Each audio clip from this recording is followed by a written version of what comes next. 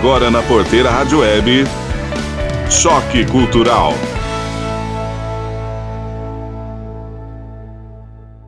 Algumas décadas a profissão professor é uma das mais bem vistas pela sociedade. O educador era dito como uma espécie de patrono do conhecimento e suas opiniões eram ouvidas e seu prestígio junto aos outros era enorme. Hoje em dia, parte desse clamor se dissipou, mas a vocação e o estudo daqueles que amam ensinar se sobressaíram em meio a tudo isso. Conversamos com um dos nomes mais importantes da educação de Ouro Fino, que, a exemplo de sua mãe e suas irmãs, todas professoras, o que vem por demonstrar vir de uma família ligada à educação. Odila Rivelli faz parte da Academia de Letras e Arte de Ouro Fino, ocupando a cadeira número 6, tendo eu o privilégio de estar a seu lado como confrade. Odila Rivelli começou a sua vida escolar aos 6 anos, no primeiro ano do seu curso anexo à Escola Normal Oficial, hoje Coronel Francisco Ribeiro da Fonseca, de onde saiu normalista. Iniciou sua carreira de professora aos 18 anos, tendo sido alfabetizadora na escola do bairro da Boa Vista, na Escola Estadual Felipe dos Santos, ambas no município de Inconfidentes, e em Ouro Fino na Escola Estadual Guerino Casa Santa, e na Escola Estadual Coronel Paiva, e por 15 anos no Colégio Nossa Senhora das Graças, par e passo por indicação do professor João Rodrigues e professora Vitalina Marinho de Azevedo, respectivamente ministrou as aulas particulares de inglês e matemática. Graduada em Letras e Pedagogia pela Faculdade de Filosofia, Ciência e Letras de Ouro Fino, em Direito pela OAB-MG 41819, pela Faculdade do Direito do Sul de Minas, pós-graduada em Língua Portuguesa e em Didática de Ensino Superior e em Direito Público, participou da primeira experiência em Educação à Distância em projeto pela UNB, em parceria com a Unesco, onde recebeu o título de especialista em avaliação institucional. Recebeu o título de mestre em educação pelo Conselho Ibero-Americano de Honor à la Qualidade Educativa, título recebido no Panamá. A convite do Dr. Antônio Eloy Paulino de Miranda, trabalhou na Faculdade de Filosofia, Ciência e Letras de Ouro Fino, atual Faculdade ASMEC, como bibliotecária, secretária, coordenadora geral, momento em que atuou na montagem do processo de planificação das licenciaturas do curso de Pedagogia, Letras e Estudos Sociais, autorização do curso de Administração de Empresas e Educação, bem como procedeu o reconhecimento junto ao MEC de todos os cursos de Ouro Fino.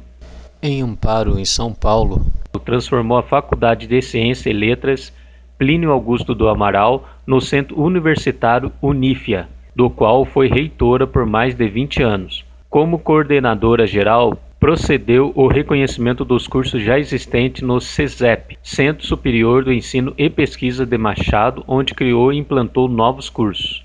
Educação Física, Enfermagem, Gestão Ambiental, Nutrição, Redes de Computadores, Serviço Social, Administração de Empresas, Tecnólogo em Marketing, reconhecidos pelo MEC, sobre a sua gestão. Renovou o reconhecimento dos cursos Agronomia, Ciência Biológica, Pedagogia e Ciência Contábeis. Aqui é o programa Choque Cultural da Porteira Rádio Web e hoje eu estou na companhia de uma das pessoas mais importantes de Ouro Fino na área da educação. Na sua opinião só. A Odila Rivelli, para todo mundo conhece com certeza. Odila, muito obrigado pela participação no nosso programa. Imagina, foi uma honra até pra gente. E com certeza isso vai enriquecer bastante a cultura da nossa cidade, principalmente na área da educação. E já quero começar perguntando, quem é Odila, por favor? Na verdade, Paulo Henrique, eu vou falar PH que é melhor. Na verdade é o seguinte, Odila Rivelli é uma, com muito orgulho, digo-se passagem, normalista, ou seja, você não é do tempo da normalista, mas era um curso que havia no ensino médio, que você aprendia a ser professor, certo? Então, a minha vida toda foi dedicada a ser professora. O maior prazer meu é ser professora. Mais ainda, alfabetizadora. No entanto, à medida que o tempo foi passando, me foi exigido mais. Então, eu fui me transformando numa educadora. trabalhando sempre com educação. Participei aqui da planificação, que eram só cursos de licenciatura curta, daqui da Faculdade de Ouro Fino, Filosofia, na época convidada pelo Dr. Eloy Miranda. Aí eu fui trabalhar lá para fazer o processo de autorização da escola. E aprendi muito com o Tenente Zé Carlos, com o próprio Dr. Eloy, com o Tenente Nascimento, Dr. Cássio. E ali eu me envolvi com a educação e não saí até hoje. Com 74 anos, até hoje estou na área da educação. Eu fui diretora aqui da faculdade, autorizei vários cursos, quase todos que estão aí, reconheci os cursos, mas minha maior compensação, vamos dizer, foi ser alfabetizadora. Que eu trabalhei no Coleginho das Irmãs por 16 anos, passaram então várias turmas de primeira série primária, que naquele tempo não tinha esses prés nem nada, a criança vinha para você formar mesmo.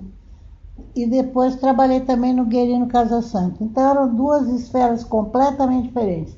Uma de um poder aquisitivo mais elitista, vamos dizer assim, que era o colégio. E depois no Guerino, que era completamente desprovido de tudo. No antigo grupinho de lata. Lá trabalhei também como alfabetizadora. E nessa trajetória de alfabetizadora, eu tive o prazer de ter a possibilidade de formar pessoas, que para mim era mais importante do que alfabetizar.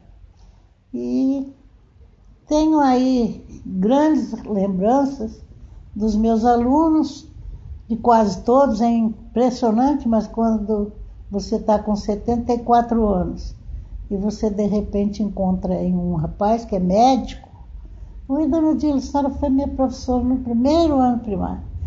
Tá certo, é bom e ao mesmo tempo mostra para você que você deu a sua contribuição para alguma coisa.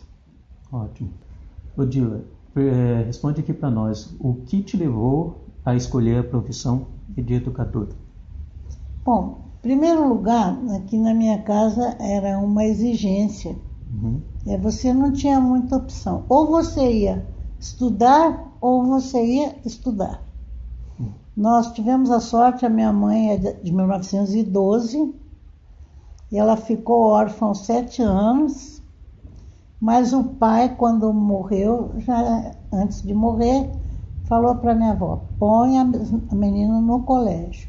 Então a minha mãe foi para o Colégio das Doroteias com 10 anos e saiu professora.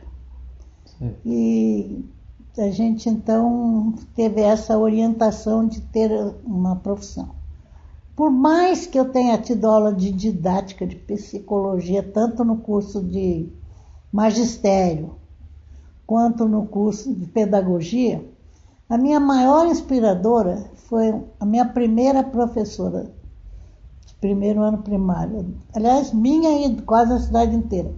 Dona Maria Silva Lima, que todo mundo conhecia como Dona Filhinha. Eu me inspirei na Dona Filhinha para ser professora e alfabetizadora. Outro grande exemplo que eu tive foi da professora Leila Almeida. Legal. Por isso que eu escolhi. Odila, hoje em dia, qual é a maior dificuldade para um aluno e também o que gratifica um aluno estudar? Eu acho que hoje a maior dificuldade na educação é a falta de leitura. Bom. As crianças hoje têm todas as facilidades. Você anda para a rua, você vê qualquer criança com celular na mão, tem as facilidades da internet, tem as facilidades dos meios digitais. Então ela perdeu o contato manual com o livro. Eles perderam a oportunidade de ler. Quando, no meu tempo, os presentes que a gente ganhava de aniversário e que dava também para as crianças eram livros de história. Contos da Carochinha, livro da vozinha, histórias da vozinha, contos de Grimm. Então, as crianças liam. Hoje, com inúmeras facilidades que eles têm de pesquisa na internet, e são da geração botão, vamos falar assim, eles não leem mais. Então, a coisa mais gratificante que eu acho para qualquer educador é você conseguir o que uma Paulita Queiroz Miranda, que foi professora de português, autodidata que era, não tinha faculdade nem nada, ela desenvolveu nos alunos dela o gosto pela leitura, o prazer de pegar um livro e ler. Então, eu acho que é gratificante quando eu consigo, por exemplo, hoje, encontrar com um aluno e pergunto: e ainda você lê? Leio, eu gosto de ler. Então, hoje, se você pudesse voltar as pessoas a terem um contato com o livro material, elas iriam descobrir um mundo completamente diferente da internet, minha opinião. Muito bom. Odila, nesses últimos tempos, com esse problema com a política, tanto da direita como da esquerda, que é o resumindo toda a história, né? Os professores foram muito atacados nas redes sociais, os educadores.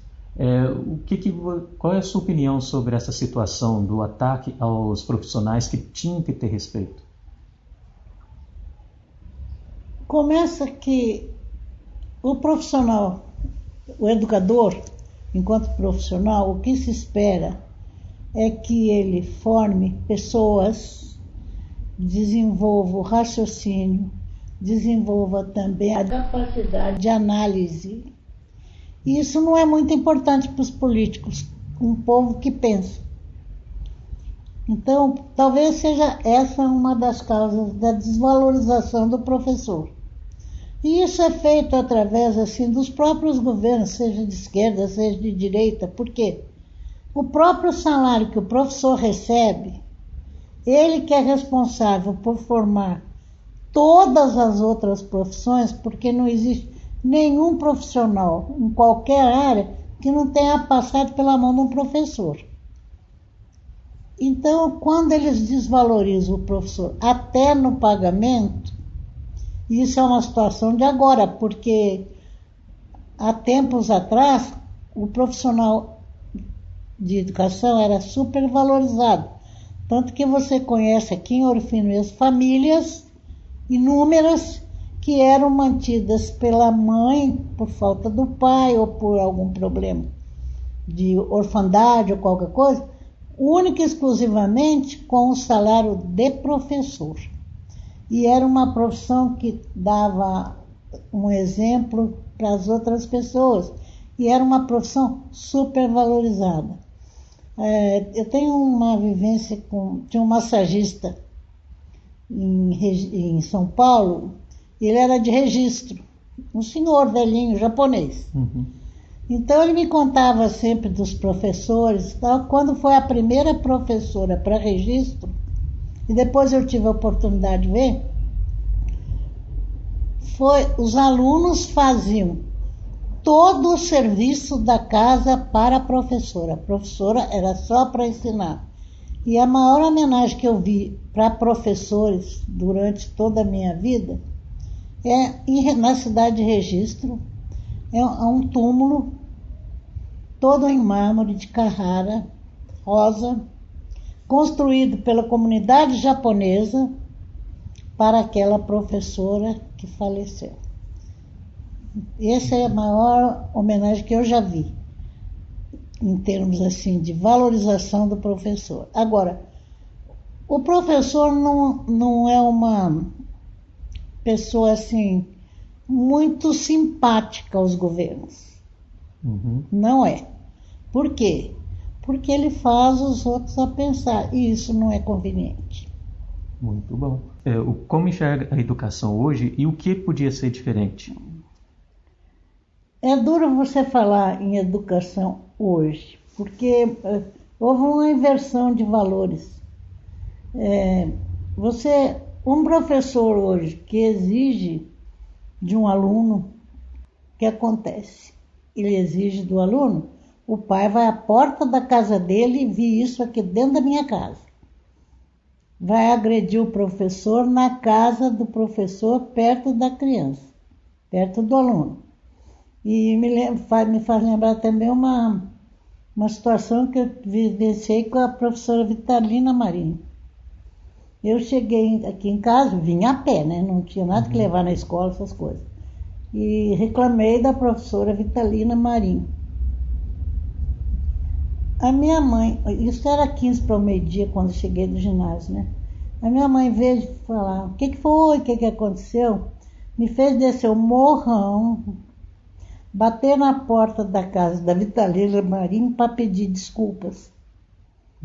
Então, essa inversão hoje, as próprias famílias não enxergam o professor como deveriam, certo? E outra coisa também que a gente tinha, que hoje não tem, querem passar para a escola a obrigação de educar. E não é o que acontece, não é o que acontecia, porque você recebe a educação na sua família e você recebe a orientação, o ensino, o conhecimento, a formação dentro da escola. Então, o que teria que mudar? Na minha opinião, eu acho que teria que voltar a um tempo, não é que se volte no tempo, mas eu acho que deveria se ter assim a oportunidade de mostrar para o aluno que a importância que o professor tem para ele.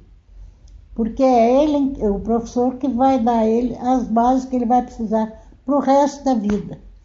E quando você tem um professor, como eu, graças a Deus, sempre tive ótimos professores, excelentes professores, sempre estudei escola pública e sempre tive toda uma formação que me deu condição de ser professor, vamos falar assim, a exemplo de eu ter tomar uma segunda época de matemática com a professora Vitalina Marinho. E aí fui tomar aulas para aprender matemática e saí dando aula de matemática por indicação da professora Vitalina e do professor João Rodrigues, que eles eram meus professores no ginásio, e qualquer aluno que tivesse dificuldade, eles falavam, procura o Dila, vai estudar particular com ela.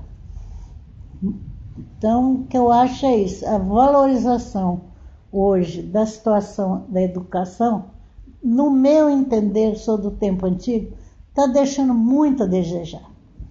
Falta, sabe, aquela seriedade. E alguns pensam que ensinam, outros fingem que aprendem. Infelizmente, hoje é essa situação, no meu entender. Só uma pergunta aqui. A Vitalina Marinho é a mesma Vitalina Dona Azevedo? Vitalina Marinho, a própria. E Azevedo? Azevedo, casado com o senhor Nilton. Isso, eu vou pegar esse gancho aqui. Ela era assim, bravíssima, quer dizer, bravíssima eu achava, mas era uma pessoa muito humana. E olha que a dona Vitalina dava aula de matemática para gente que vinha meio que sem base. E ela dava aula e ela exigia de você o que você podia dar. Uma vez, uma pergunta que ela fez numa classe, inclusive. Um aluno tirou 5.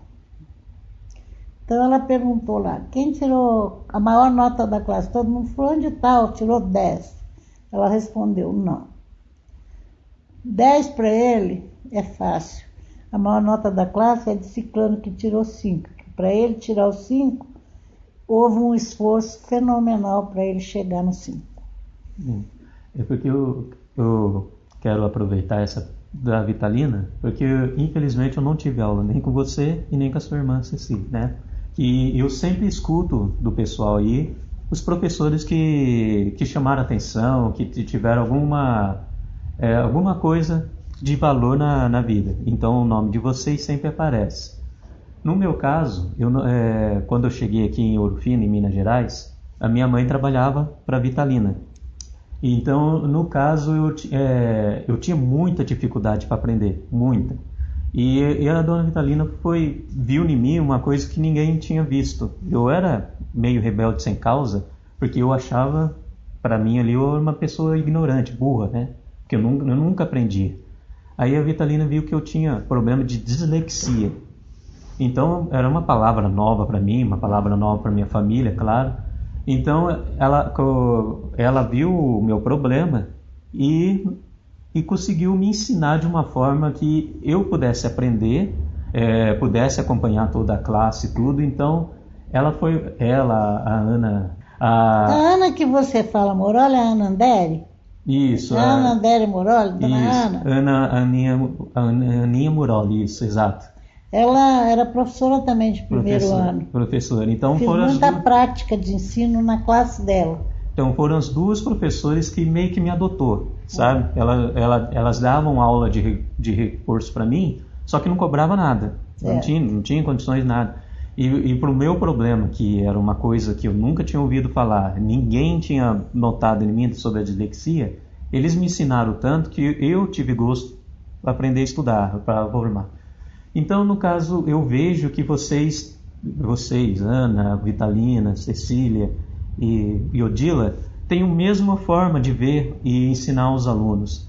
Isso é da escola daqui ou é amor mesmo à profissão?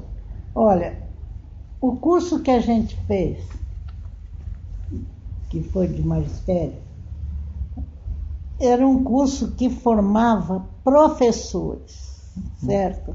As matérias voltadas para isso, para a formação do professor, então psicologia, didática, história da educação. Mas o mais importante é que você tinha aulas até no horário de recreio. Saía do recreio, você não tinha mais aula teórica. Você ia para as classes, que é onde eu falo da dona Ana Andere Moroli. Ela lecionava de primeiro e segundo ano primário. Então você ia para a classe fazer a prática. Então a gente que fez normal teve a oportunidade de conviver com professores realmente professores. Exemplo que você citou da Ana Andere, que a gente trabalhou depois muito junto, porque eu também trabalhava com o primeiro ano. Foi uma pessoa assim que veio em substituição à figura da dona Filinha, alfabetizadora. E então você, quando pega uma criança para alfabetizar, você tem que se dedicar de tal forma a se inteirar com a criança que ela tenha necessidade, vontade e certeza de que ela pode. É isso que você tem que desenvolver no aluno, na minha opinião. Você foi aluno da Ana no primeiro ano primário? Não. Não, eu não tive aulas com elas dentro da classe. Eu ia na casa delas. Sim, perfeito. Contato muito maior, né? A Vitalina começou, ela viu a minha dificuldade, ela viu o meu problema, né? Ela começou a dar aula, como você mesmo disse, ela dava aula mais de matemática. O português, que eu trocava a letra T com T... aí ela precisava de uma professora de português. Eu acredito que a Aninha era... A dona Ana, ela era alfabetizadora. Então, aí por isso que ela me encaminhou. Por isso que ela te encaminhou. Exato. E por sinal, teve uns caminhos muito certos, sabe? Porque a Ana era excelente. Totalmente. Ela tinha uma paciência. E como eu falei para você, eu era revoltado porque todo mundo fazia eu acreditar que eu era incapaz. Você não era revoltado. Sabe o que acontecia? É comum, viu? Não é o seu caso, não. Eu tive um colégio em São Paulo que nós tínhamos 8 classes de primeira série. E tinha uma criança lá que eu tive que chamar a professora enquanto diretora. Escuta, mas o que está acontecendo? Ela falou, eu não tenho paciência porque ele não aprende. Aí, acabou a história, eu chamei a criança e falei, olha, você está indo bem e tal, nós vamos mudar você para outra classe, com outra professora, para você ajudar a professora na outra classe. Aí ela virou e falou assim, Ah, mas eu gosto tanto da professora, me lembro da professora Edmeia, eu prefiro ficar com ela. Aí foi que eu chamei e falei, escuta, ele aprende sim e você vai ter que ficar com ele, só que você olhe com um carinho. Ele depende mais de você do que os outros que você tem na classe. Então, essa interação tem que existir e não pode você rotular ninguém que é burro, ninguém aprende, você não aprende. É fácil isso, sabe? Às vezes, numa classe maior, um aluno que tem assim, uma necessidade diferente, vamos chamar assim, é fácil ele ser abandonado. Agora, isto nunca aconteceu, graças a Deus, comigo, enquanto alfabetizadora, e com a Ana Andere eu tenho certeza que nunca aconteceu, por isso é que ela te recuperou. Entendi. Ela vivia isso. Verdade. Exatamente isso. Então são coisas que passam, como eu falei, a maioria das pessoas que eu converso aqui em Ouro Fino, porque eu só estudei no Coronel Paiva.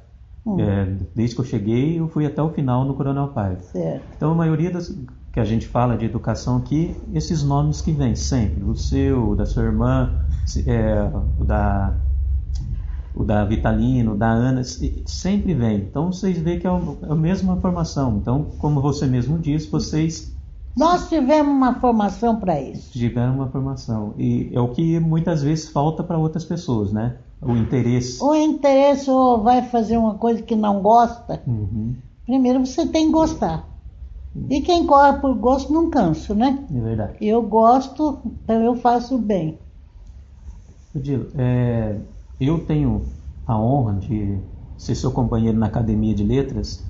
Gostaria que você falasse quando que você entrou, aliás, quando eu entrei, era o Geraldo Afonso que era o presidente, né? Sim. E eu fui tomar posse com a sua irmã sendo presidente.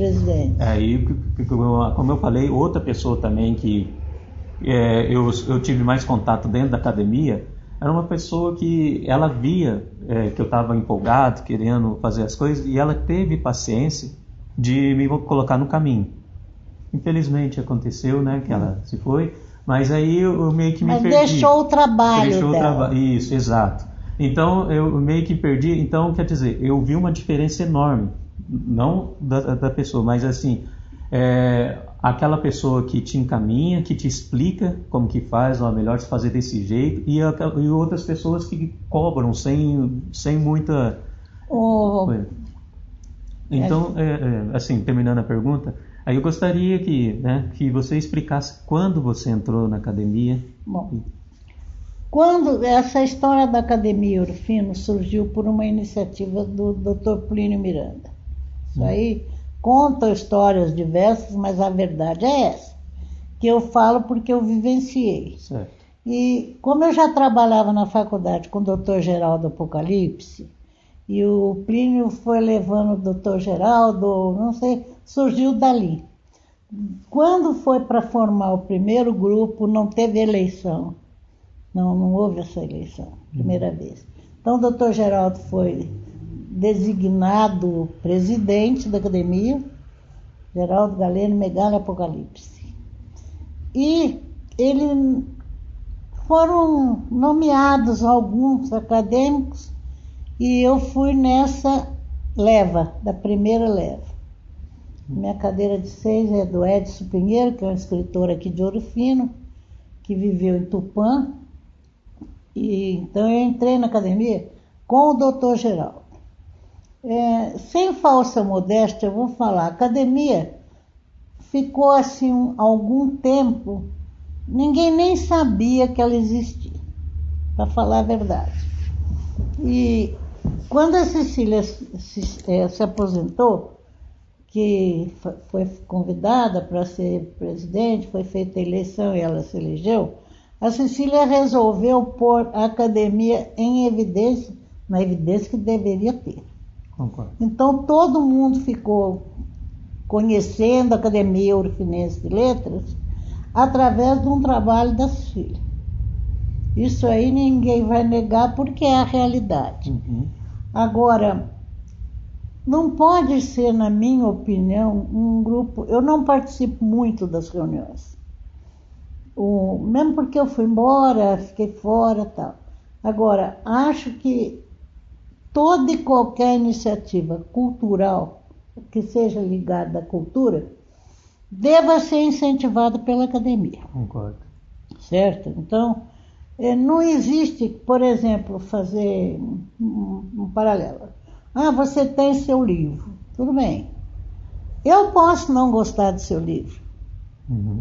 É uma opinião minha. Agora, a academia tem que gostar de todos os livros. Voltando para o PH.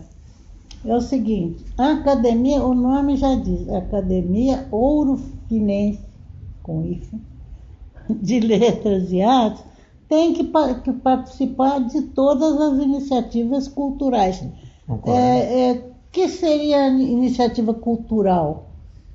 Eu vejo muito isso, quando trabalhei em Machado, eu vi muito. Então, Machado é uma cidade que cultua as... São vários grupos lá, porque é a história da cidade, aquilo funciona daquela forma. E tem gente que acha ridículo, só que é porque não conhece os seus antecedentes, porque se nós formos voltar no tempo. Então a academia, na minha opinião, é para promover a cultura, independentemente se eu acho você bonito, feio, gosto de você ou não gosto. Você não existe, você existe em função da atividade cultural que você propõe. Isso, eu concordo plenamente com a senhora. Tanto que quando a Cecília estava me dirigindo, né? Ela estava presente comigo lá. Sempre que eu tinha uma dúvida, ela sempre respondia. Geraldo Afonso também, uma excelente pessoa, não tem como negar.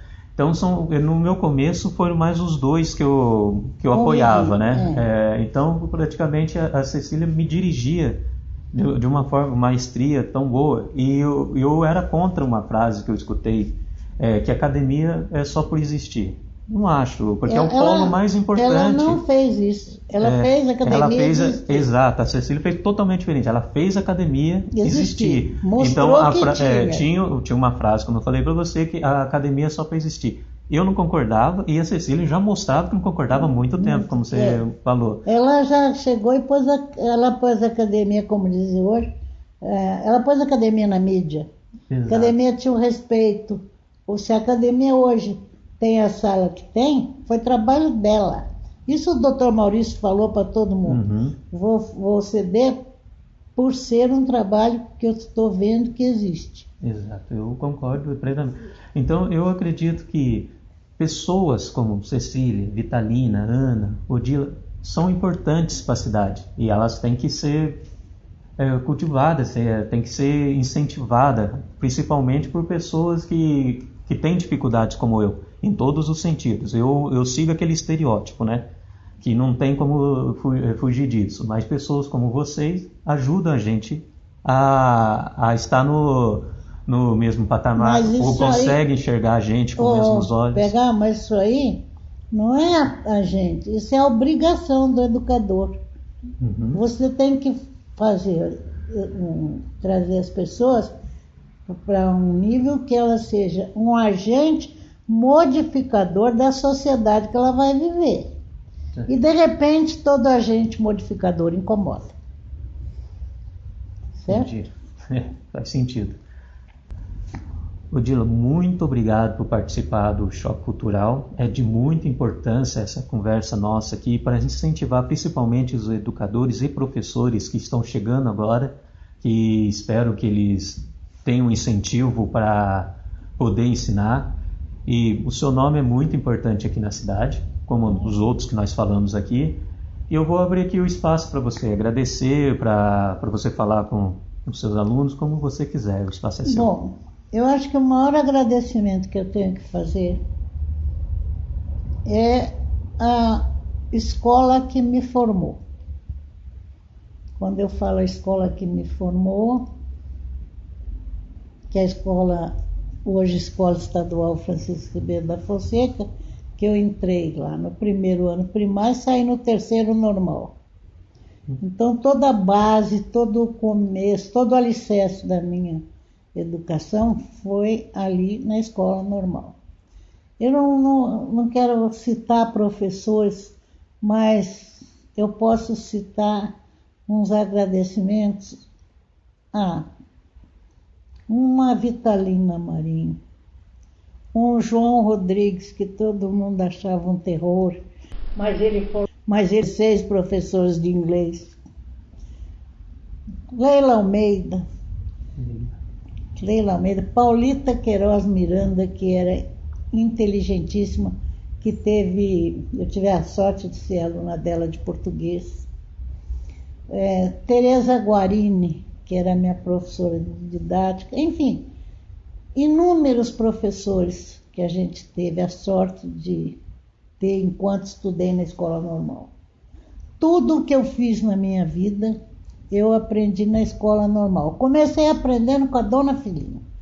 A Dona Filinha era o exemplo vivo de como uma professora de primeiro ano tinha que ser, como alfabetizadora. Então, todo ano, no dia do professor, quando eu lecionava, eu levava a Dona Filinha para falar com os meus alunos de primeiro ano primário. Então, em memória, um agradecimento especial à Dona Filinha.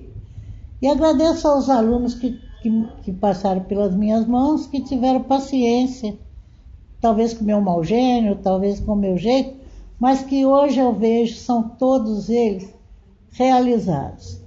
Graças a Deus eu não tenho um aluno meu que se desviou do caminho, certo? Uhum. Então eu tive assim essa felicidade. Tenho um relacionamento ótimo com os meus alunos e pelas minhas mãos passaram várias pessoas, vários profissionais, vários professores.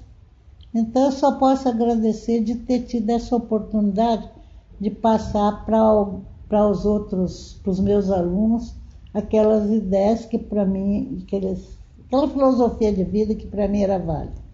E para os professores que hoje estão aí trabalhando, não são reconhecidos, têm um salário quase que denigre uma profissão. Ofensivo. Ofensivo, você me deu a palavra. Eu só posso falar o seguinte, que enquanto professor, ele seja o melhor dos amigos, e enquanto amigo, o melhor dos mestres. Agradeço a você, Paulo PH, pela oportunidade também de estar no seu programa.